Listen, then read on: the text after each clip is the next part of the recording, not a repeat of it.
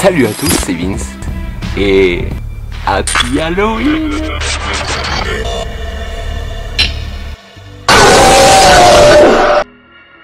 Salut les gens, bienvenue sur la chaîne de Vince Paralive. Salut à tous, c'est Vince. Et oui, comme chaque année, c'est la période d'Halloween. L'année dernière, on y avait échappé un peu avec le Covid et tout.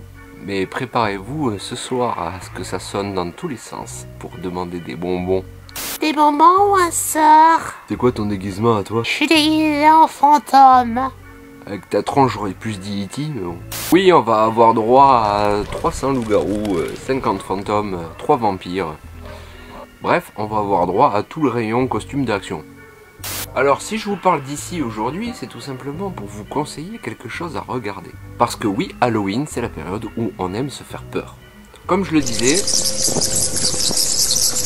Halloween est la période où on aime se faire peur. Et j'ai quelque chose à vous conseiller pour avoir quelques frissons ce soir. On va pas partir sur des films classiques genre les Conjuring. Conjuring, c'est le meilleur film que j'ai jamais vu, il me fait trop peur. Conjuring, il est pas mal. Ce que j'aime bien, c'est regarder les sauts.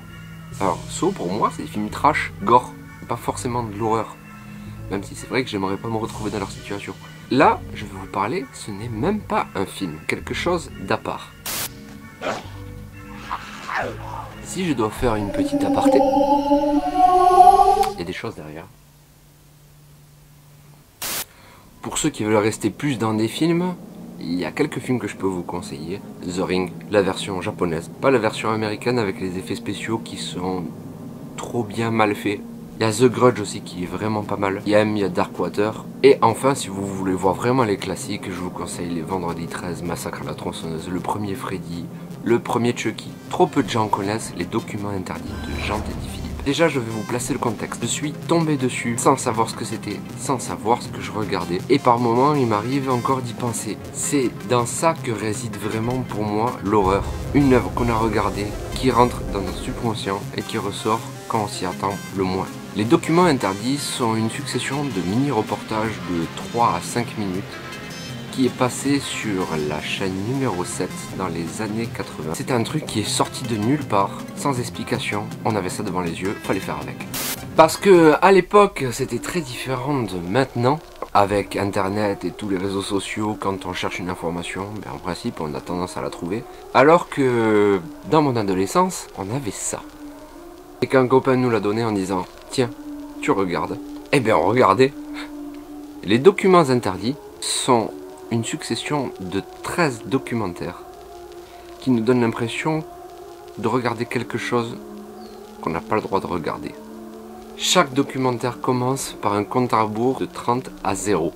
Chaque reportage parle d'un thème différent, parle de personnes différentes et sont même liés à des époques différentes. On va y retrouver des histoires d'hommes, des mères, des histoires de fantômes, de disparitions, de pouvoirs étranges, de sorcières. Et je vais pas vous mentir, quelques années plus tard après la diffusion, à l'époque, il y a eu beaucoup de gens qui se sont demandé qu'est-ce qu'ils étaient en train de regarder. Ils ont envoyé, comme ça se faisait à l'époque, du courrier à la chaîne numéro 7. Et bizarrement, quelqu'un est apparu et a commencé à expliquer tout ceci n'était qu'un faux reportage, truqué et joué par des acteurs. Honnêtement, pour moi, je me demande si c'est totalement vrai. Tant d'un reportage à l'autre, il y a des choses très bizarres. Dans certains, vous verrez qu'on a l'impression vraiment que c'est des acteurs, tant la gestuelle et le jeu est exagéré. Dans d'autres, par contre, on se retrouve en face de petits bouts de vie.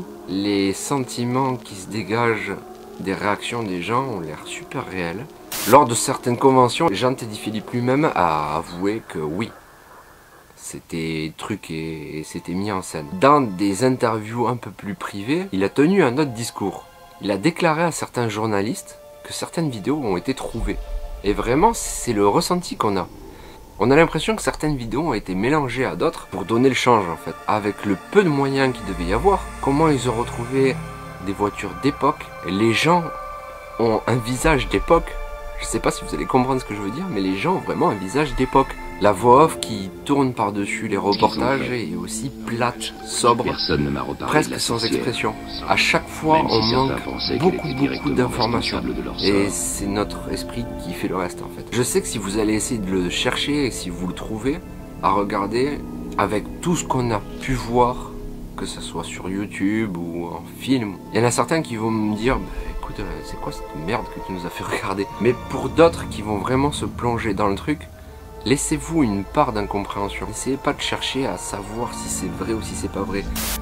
Il y a réellement 3 histoires en fait qui m'ont interpellé, qui m'ont même bouleversé. Je prends pas ce mot à la légère. La première histoire, c'est l'histoire de Peter, un petit enfant qu'on suit de sa naissance. C'est un témoignage tout bête, filmé par son père au caméscope, et qui est en train de s'apercevoir avec nous que Peter développe d'étranges capacités.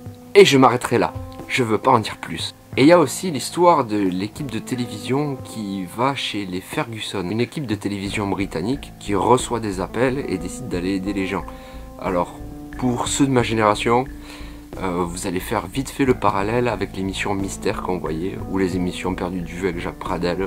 Et ensuite, cette équipe de télévision qui va dans ce manoir Ferguson pour aider la vieille dame qui les a contactés. Et pareil, je vous dirai que ça. Alors réellement, pourquoi je vous conseille de regarder ça? Tout simplement parce que ça change de tout ce qu'on peut voir. Là, avec cette façon de faire, on vous emmène très très loin. Si vous préférez regarder des films, regardez des films. Mais intéressez-vous à certaines pépites qui existent. Et croyez-moi, les documents interdits, c'est vraiment une pépite à connaître. C'était une petite vidéo courte pour Halloween. J'espère que ça vous a plu. J'espère qu'aussi vous allez essayer de faire les démarches pour aller le voir. Et une fois vu, vous reviendrez m'en parler. Je vous souhaite un très bon Halloween. Faites attention à vous. C'était Vince.